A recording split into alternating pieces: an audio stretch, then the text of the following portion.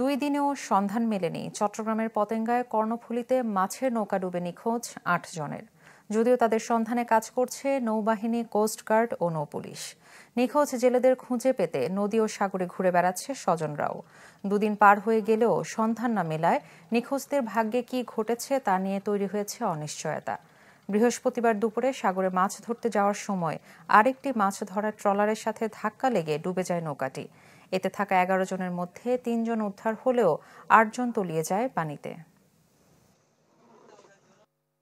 আমাদের বোটের প্রয়োজন নাই, আমাদের লোকের প্রয়োজন। এখন আমরা আজ পর্যন্ত এই যে কালকে থেকে শুরু করে আজকে 2 দিন হয়ে গেল, আমরা এই যে এখনো এক জামার করণীয়, আমরা কোনো গা নাই, গোসল নাই, কিছু নাই। আজও আমরা একটা বোটের এখনো পর্যন্ত নদীতে আছে। সকালে গেছে আপনার 10টার দিকে, এখনও সন্ধ্যা ছাড়া আসার জন্য এখন পর্যন্ত কোনো লাশের কোনো খবর পাই নাই।